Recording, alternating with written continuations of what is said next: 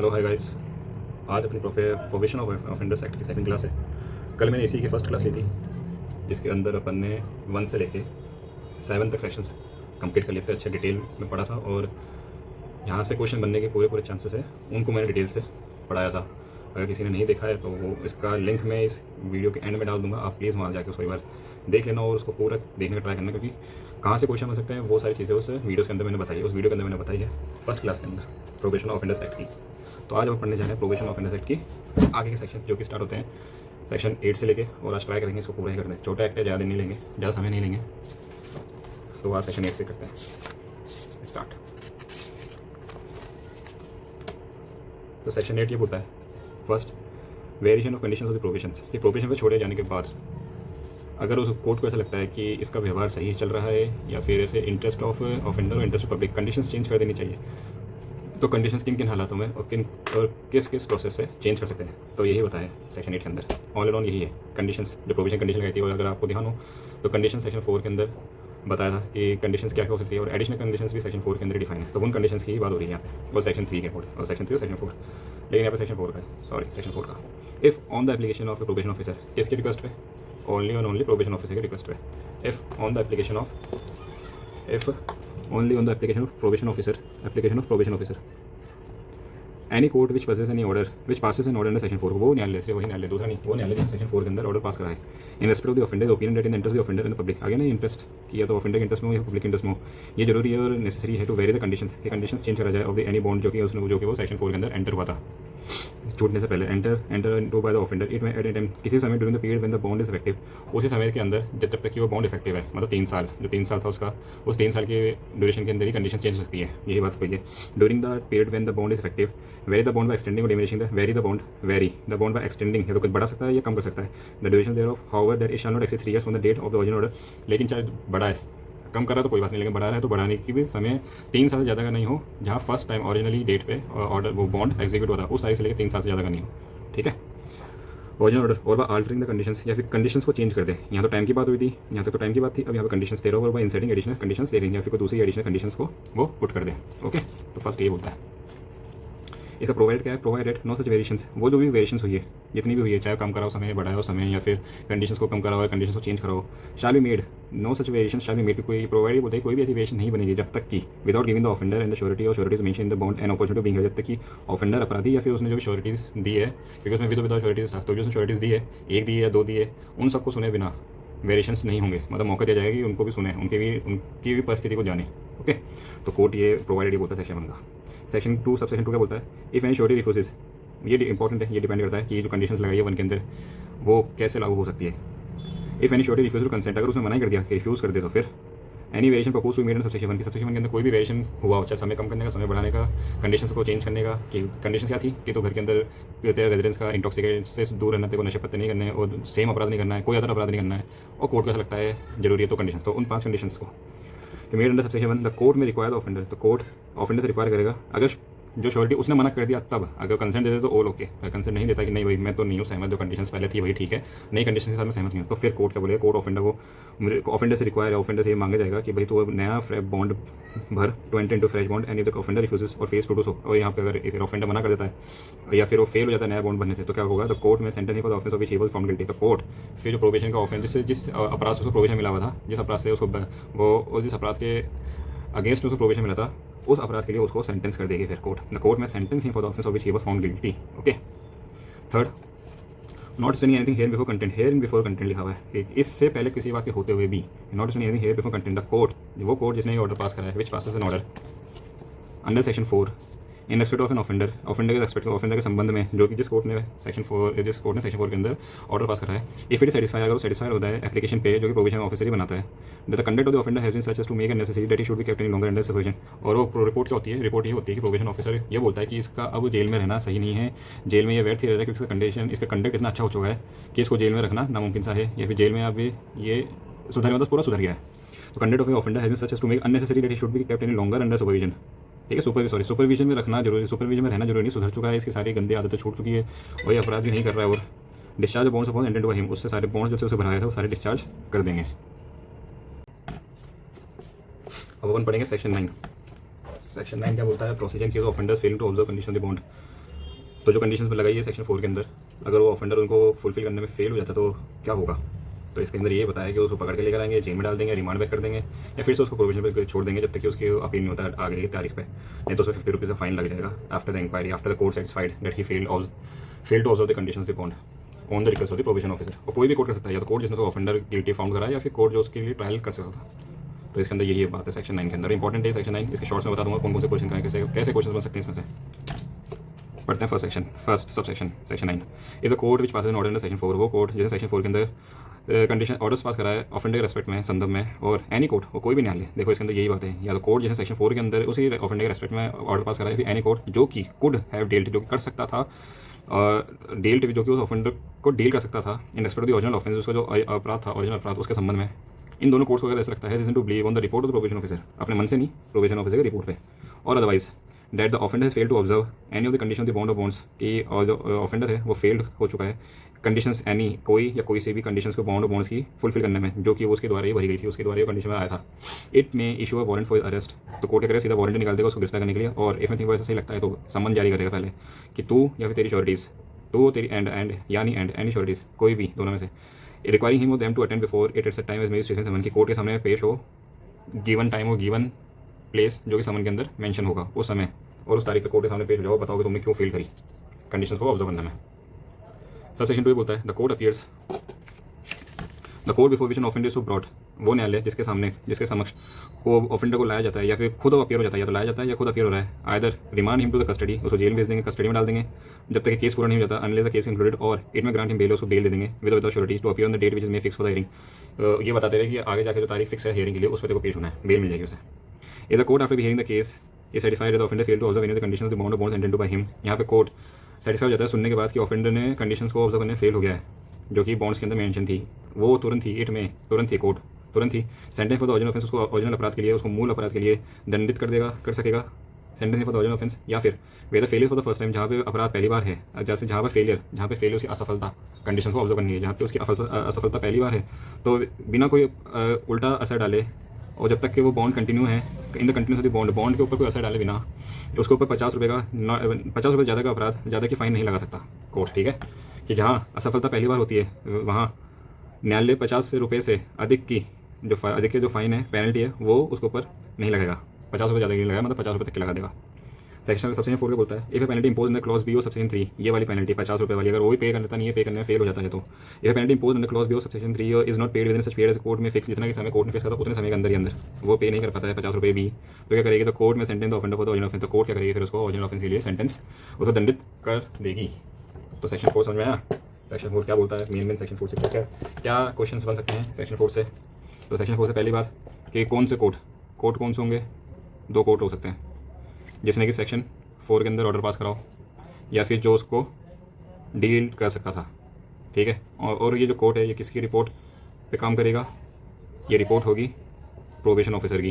कि कंडीशंस को फेल करने में ऑब्जर्व करने में फेल हो गया, तो फिर कोर्ट इस पर सेटिस्फाई होने के बाद क्या करेगा, फर्स्ट सीधे वारंट ही निकाल देगा, नहीं तो सेकंड क्या होगा,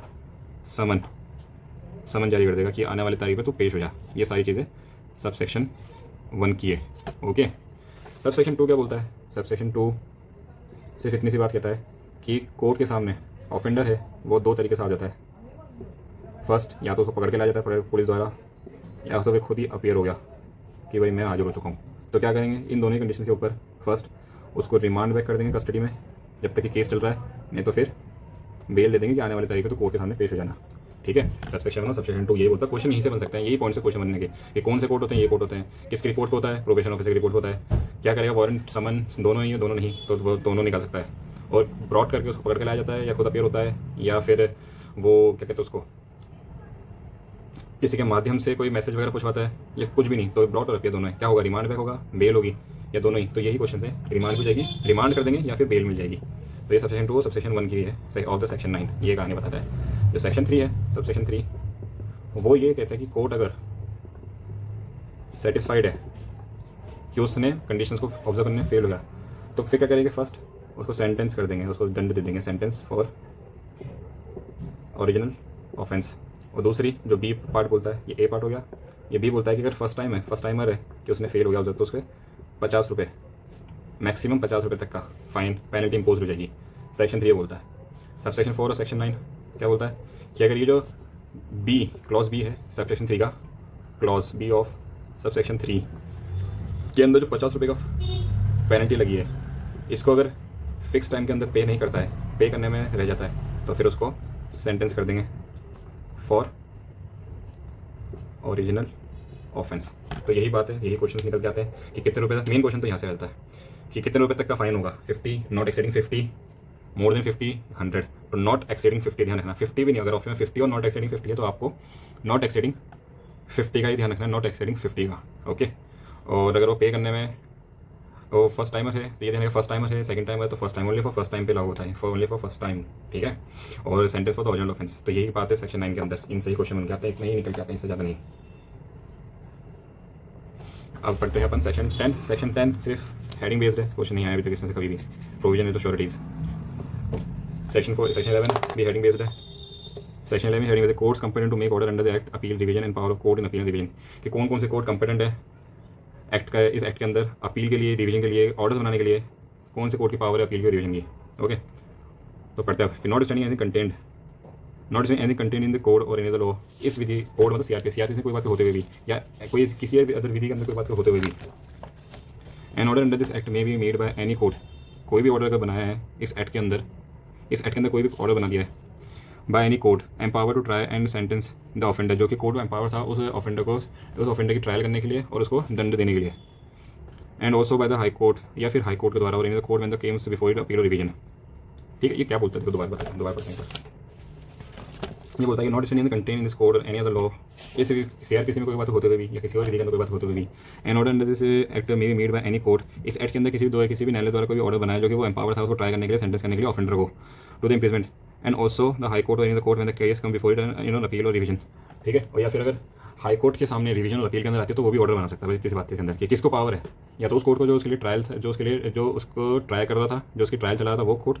और नहीं तो फिर हाई कोर्ट जो अपील और रिवीजन के अंदर जाते हैं। सेकंड क्या बोलता है, not any contain in this court, कि सीआरपीसी में किसी बात होते हुए भी, व्हेन ऑर्डर सेक्शन 3 और section 4 is made by any court trying the offender, कि किसी भी न्यायालय द्वारा जो कि उस समय अपराधी का विचारण कर रहा था सेक्शन 3 और सेक्शन 4 के अंदर, इज मेड एनी कोर्ट और section is made by any court trying the offender other than the high court के अलावा, and appeal shall lie to the court which appeal ordinary from the sentence of the former court. तो उसकी appeal उस section 3 और section 4 के order की appeal होगी उस कोर्ट के, and appeal shall lie to the court to which appeal ordinary lies from the sentence of the former court. तो मतलब उसके सुपीरियर कोर्ट के अंदर अपील आई होगी, सिंपल सी बात।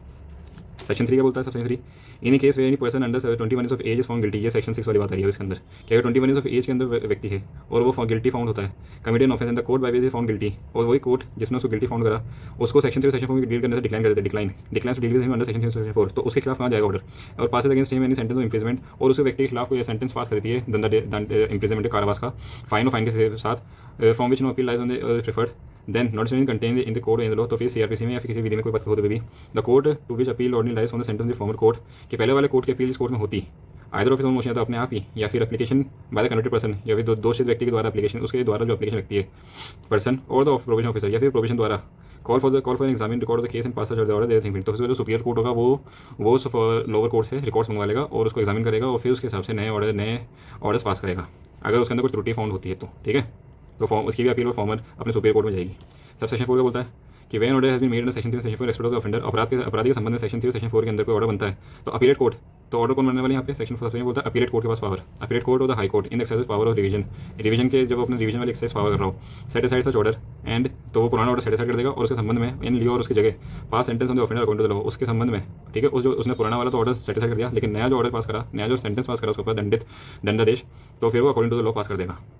प्रोवाइड अपीलेट कोर्ट और high court, section 4 appellate court और high court, provide the appellate court और the high court in revision के संबंध में, मतलब निगरानी के संबंध में, provide the high court provide the protection, provide the appellate court और high court in revision shall not inflict greater punishment than might have been inflicted by the court by the offender was found guilty. इसके अंदर हाथ बंधे हुए high court और appellate court के provide के अंदर कि क्या वो ग्रेटर पनिशमेंट दे सकता है तो नहीं दे सकता, बस ये क्वेश्चन बन के आ सकता है, ये इंपॉर्टेंट है। और ये इंपॉर्टेंट इसके अंदर, और सेक्शन 11 के अंदर से क्या क्या बन सकते हैं क्वेश्चन, यही है कि अपीलेट पावर क्या है,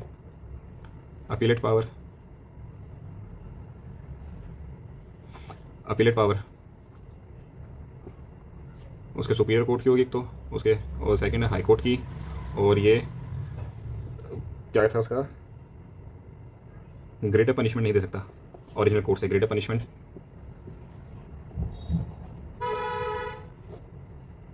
कैन नॉट बी गिवन बस यही अपीलेट कोर्ट की पावर सुपीरियर किधर जाएगी, अपील सुपीरियर कोर्ट में जाएगी। हाई कोर्ट अपीलेट कोर्ट की जो रिवीजन की पावर है उसमें वो 3 साल से ज़्यादा या फिर जो उसको ओरिजिनल कोर्ट की शक्ति थी सज़ा देने की उससे ज़्यादा की वो उसको सज़ा नहीं दे सकता। यही है, सिंपल सा है, इसमें ज़्यादा दिमाग को ज़्यादा समय लगाने का नहीं है। बस इतना ऐसा ही ध्यान रखना है कि court appellate power of the court क्या है, सेक्शन 3 और सेक्शन 4 की और सेक्शन 6 की। ओके, सुपीरियर कोर्ट की है। सेक्शन 12 इंपॉर्टेंट है, सेक्शन 10 और सेक्शन 11 इंपॉर्टेंट है, सेक्शन 12 इंपॉर्टेंट है। सेक्शन 12 क्या बोलता है, removal of disqualification attaching to conviction.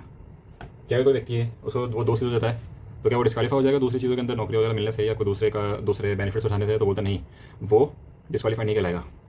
तो क्यों नहीं कहलाएगा, कैसे नहीं कहलाएगा, वो पड़ता कि not any contain in any other law, किसी विधि में कोई बात होते हुए भी a person form guilty of an offence, कोई व्यक्ति के अपराधी गिल्टी पाया जाता है, a person form guilty of the offence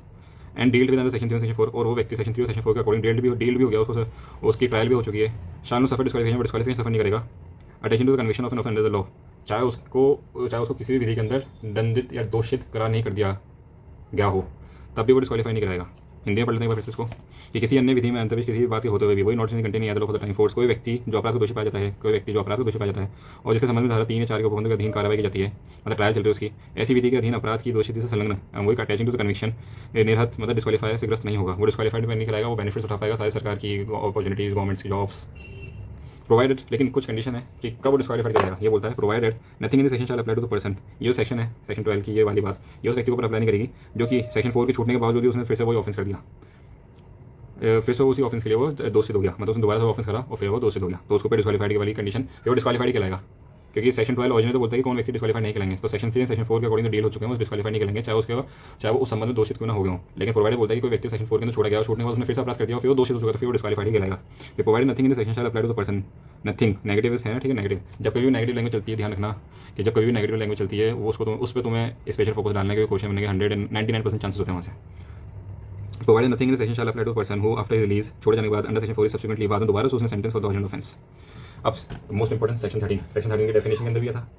ये सेक्शन 13 कहाँ डिफाइन था, ये कौन सा था, शायद सब सेक्शन 2 के क्लॉज बी के अंदर डिफाइन था, ये प्रोबेशन ऑफिसर देख लेते हैं एक बार कंफर्म कर लेते हैं। ये section 2 clause B probation officer, वहाँ पे जाएगा सेक्शन 3 के अंदर में पढ़ेंगे इसको, तो सेक्शन 3 में ये था, सेक्शन 13 के अंदर सेक्शन 13 में पढ़ेंगे कि प्रोबेशन ऑफिसर है क्या असल में, कौन होता है, कैसे अपॉइंट होता है, क्या काम करता है, काम तो अपन 14 में पढ़ेंगे लेकिन कौन होता है, तो section 13 probation officer important section है, इंपॉर्टेंट है। अब probation officer under section B, अब वो व्यक्ति जो प्रोबेशन ऑफिसर है वो कौन होता है, प्रोबेशन ऑफिसर अंडर इस अधिनियम के अंदर कौन होते हैं, पर्सन कोई व्यक्ति अपॉइंटेड हुए प्रोबेशन ऑफिसर के तौर पर नियुक्त हुआ है, किसके द्वारा, स्टेट गवर्नमेंट द्वारा, और रिकग्नाइज या तो उसको पहचाना गया है या उसको इस पोस्ट के लिए अपॉइंट करा गया है, फर्स्ट बात नियुक्त किया गया है, या राज्य सरकार द्वारा उस रूप से मान्यता या उसको मान्यता मतलब उसको पहचान दी गई कि भाई जैसे प्रोबेशन ऑफिसर कहलाएगा व्यक्ति, ठीक है। फिर से देखो, probation officer under section B person कोई व्यक्ति अपॉइंटेड हुए probation officer by the state government और recognise as such by the state government, या तो अपॉइंट हो या फिर उसको मान्यता दी गई होगी तो प्रोबेशन ऑफिसर है स्टेट गवर्नमेंट के द्वारा, और या a person provided for the purpose by society recognise by the state governments, या फिर कोई सोसाइटी द्वारा कोई व्यक्ति को मान्यता दी गई कि ये व्यक्ति हमारा प्रोबेशन ऑफिसर, ये व्यक्ति यहाँ का प्रोबेशन ऑफिसर है। सी और इन एनी एक्सेप्शनल केसेस, कोई विशेष परिस्थिति के अंदर एनी अदर पर्सन कोई भी अदर व्यक्ति who in the opinion of the court, other व्यक्ति है, a person he other person, ठीक है। In exception cases any other person जो कि ओपिनियन ऑफ द कोर्ट की राय के स्टेट गवर्नमेंट की बात नहीं है, यहाँ पे बीसी अंदर कोर्ट आया, कोर्ट बीच में आ चुका है, इन द ओपिनियन कोर्ट कैसा लगता है कि ये व्यक्ति प्रोबेशन ऑफिसर के तौर पर फिट व्यक्ति है, ये सामान लेगा सारी चीज़ें, तो फिर उसको प्रोबेशन ऑफिसर नियुक्त कर देंगे। In exception cases any other person who in the opinion of the court is fit to act as a probation officer in the special circumstances of the case, ठीक है। तो तीन तरीके से प्रोबेशन ऑफिसर अपॉइंट होता है। First कि probation appointed by the state government या recognise by the state government. Second society recognised by the state government, वो व्यक्ति को प्रोवाइड कर दे पर्पस के एक विशेष तौर पे व्यक्ति को प्रोबेशन ऑफिसर बना सकते हैं। और तीसरा कोर्ट को ऐसा लगता है कि भाई तो विशेष परिस्थिति आ चुकी है अब और यही व्यक्ति संभाल सकता है, यही व्यक्ति प्रोबेशन ऑफिसर के तौर पर काम कर सकता है, तो फिर उस व्यक्ति को प्रोबेशन ऑफिसर बना देंगे। और प्रोबेशन ऑफिसर किसके अंडर में काम करेगा, कहाँ काम करेगा, पहले तो ये आता है सेक्शन 2 बोलता है कहाँ काम करेगा। A court which passes an order, वो न्यायालय जिसने सेक्शन 4 के अंदर ऑर्डर पास करा, a court which pass an order section 4, और या फिर डिस्ट्रिक्ट मजिस्ट्रेट और द डिस्ट्रिक्ट जिला magistrate in which the offender for the time being resides, जहाँ पे जिस राज्य से जिले के अंदर ऑफेंडर रह रहा है उस जिले का डिस्ट्रिक्ट मजिस्ट्रेट या फिर उस कोर्ट जिसने सेक्शन 4 के अंदर ऑर्डर पास करा, किसी भी समय में appoint any probation officer in the place of person named in the supervision order, तो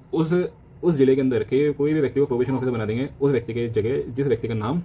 as a supervision order sub section 3 और सेक्शन 4 के अंदर मेंशन करा था, ठीक है। मतलब पहले व्यक्ति को अपॉइंट कर रखा था, उस व्यक्ति को हटा के किसी और व्यक्ति को प्रोबेशन ऑफिसर अपॉइंट कर दिया। और ये शक्ति किसके पास है, शक्ति सेक्शन 4 के अकॉर्डिंग उस कोर्ट के पास है जैसे सेक्शन 4 के अंदर ऑर्डर बनाता है, या फिर किसी जिले का जिला मजिस्ट्रेट, और कौन सा जिला होगा वो वही जिला होगा जिस जिले के अंदर वो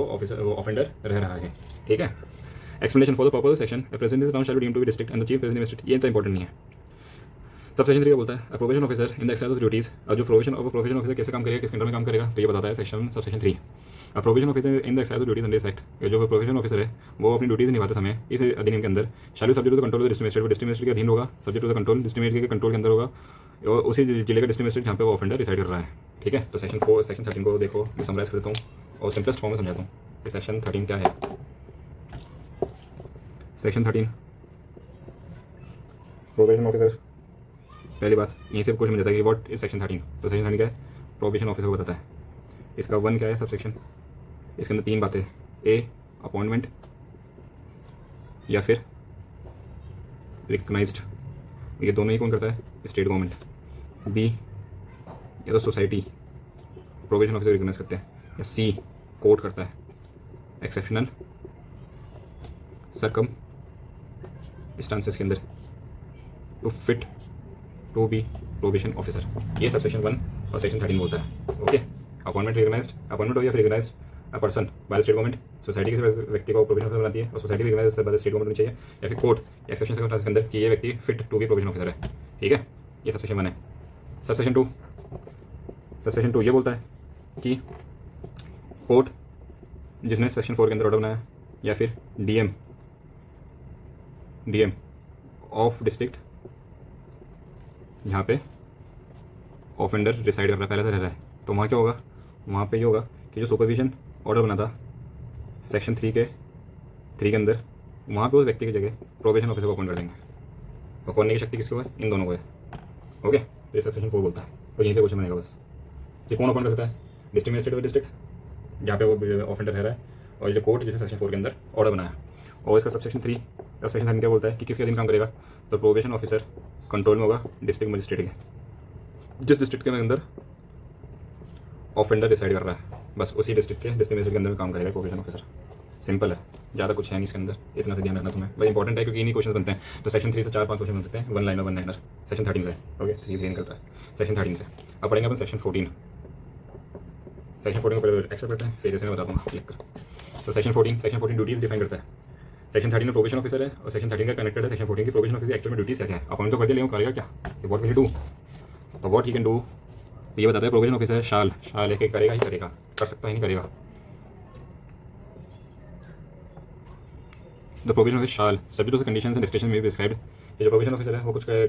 वो उसकी ड्यूटीज निभाएगा किसी शर्तों के अधीन लेते हुए या टर्म्स एंड कंडीशन के अधीन लेते हुए। वो क्या है कि इंक्वायरी करेगा, सबसे पहले तो इंक्वायर, फर्स्ट इंक्वायरी करेगा in according to the directions of the court के डायरेक्शंस के अनुसार, into circumstances home surroundings of any person accused of any offence. ये देखेगा कि जो अपराधी है उसका रहवास कैसा है, वो किस जगह पर रहता है, उसका रहन सहन कैसा है। ठीक है, और क्यों करेगा, इसलिए करेगा कि वो अपनी रिपोर्ट बनाएगा प्रोबेशन ऑफिसर, जो भी अपन ने पढ़ी आगे की रिपोर्ट के अकॉर्डिंग उसको छोड़ा जाएगा, कि रिपोर्ट बनाएगा, रिपोर्ट के से मदद मिलेगी कोर्ट को कि मेरे को इसके अगेंस्ट में क्या ऑर्डर लेना चाहिए, इसको छोड़ना है या इसको अंदर जेल में रहना है। तो inquiry according with directions of the court into section of the home surroundings of person accused of an offence with view to assist the court. बस ये महीने की क्यों करना है, क्यों असिस्ट करना है कोर्ट को, in determining the most suitable method of dealing with him and submit report to the court. B supervise probationers, जो प्रोबेशनर्स हैं, जो छोड़े गए व्यक्ति उनको सुपरवाइज करेगा, और किसी अदर व्यक्ति तो अदर व्यक्ति उसको and other persons placed under supervision, और वो व्यक्ति जो उसके सुपरविजन के अंदर रखे गए हैं, और वे necessary endeavour to find suitable जो एम्प्लॉयमेंट, और या फिर प्रयास करेगा कि इन व्यक्तियों को एक अच्छी, उन अपराधियों को या उन प्रोबेशनर्स को, अपराधी नहीं प्रोबेशनर्स को, या जिनके खिलाफ सुपरविजन ऑर्डर निकला है उनके लिए एक ट्राई करेगी अच्छी नौकरी मिल जाए। ये ड्यूटी है प्रोबेशन ऑफिसर की। सी बताता है एडवाइस करेगा और असिस्ट करेगा ऑफेंडर्स को कि जो सेक्शन 5 के अंदर तुम्हें कंपनसेशन और कॉस्ट देने का ऑर्डर दिया तुम उनको पे करो। ठीक है, एडवाइस एंड असिस्ट। डी बोलता है advice and assist in such cases and in the manner as prescribed person who been release in section 4। जो सेक्शन 4 के अंदर छोड़े गए व्यक्ति हो उनको एडवाइस एंड असिस्ट करेगा कि भाई तुम अपने प्रॉपर्ली कंडीशन को फॉलो करो जो सेक्शन 9 के अंदर बताइए। ठीक है, ये सारे पॉइंट्स कहीं से नहीं आए, ये उन्हीं से निकल के आए जो अपन सेक्शन पढ़ के आ चुके हैं, क्योंकि उनमें प्रोबेशन ऑफिसर का जिक्र था, तो प्रोबेशन ऑफिसर का वो जिक्र यहाँ पे पूरा होता है कि उनका वहाँ पे मेंशन करा। ई परफॉर्म सच ड्यूटीज में भी प्रिस्क्राइब्ड, या ऐसी ड्यूटीज जो प्रिस्क्राइब्ड है वो ड्यूटीज निभाएगा प्रोबेशन ऑफिसर। ठीक है, तो क्या क्या ड्यूटीज है, शॉर्ट एंड सिंपल अपन देखते हैं। ड्यूटीज क्वेश्चन यहीं से बनता है पहला कि ड्यूटीज कहाँ पर प्रोबेशन ऑफिसर की, सेक्शन 14 के अंदर है। Duties of probation officer, first है इंक्वायरी टू डील या फिर हैंडल द प्रोबेशन है। सेकेंड है endeavour to find suitable job, मैंने भी ऐसे याद करा था, आप भी ऐसे याद कर लेना। थर्ड है advise and assist to pay compensation and cost, to pay advise and assist to pay compensation cost. Fourth है वही advise and assist to observe conditions of section 4, ठीक है, और यहाँ देता हूँ, देखा मैं 5th पॉइंट,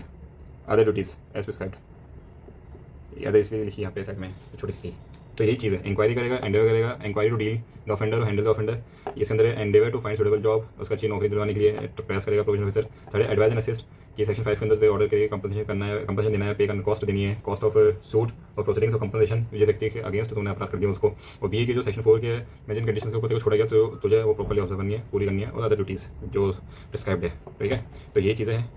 जो कि ड्यूटीज़ है प्रोबेशन ऑफिसर की। सेक्शन 15 कंप्लीटली सेक्शन का ही क्वेश्चन है,